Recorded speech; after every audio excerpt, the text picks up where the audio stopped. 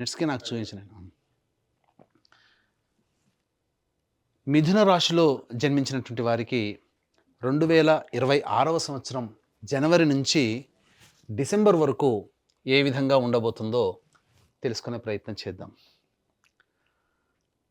గత సంవత్సరం ఎన్ని కష్టాలు పడ్డారో తెలియదు కానీ, ఈ సంవత్సరం అంతా కూడా అనుకూలంగా ఉండేటువంటి రాశి, గురువు యొక్క ప్రభావం అనుకూలంగా ఉండేటువంటి రాశి ఈ మిథున రాశి.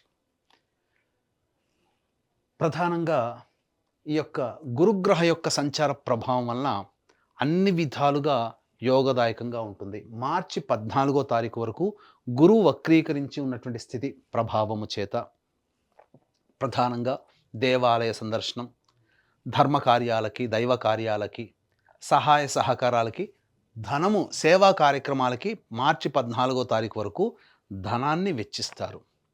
మార్చి 14 నుంచి మే 31వ తారీఖు వరకు ప్రధానంగా ఓవర్ వెయిట్ అయ్యేటువంటి అవకాశాలు ఈ మిథున రాశిలో జన్మించినటువంటి వారికి ఉండబోతుంది.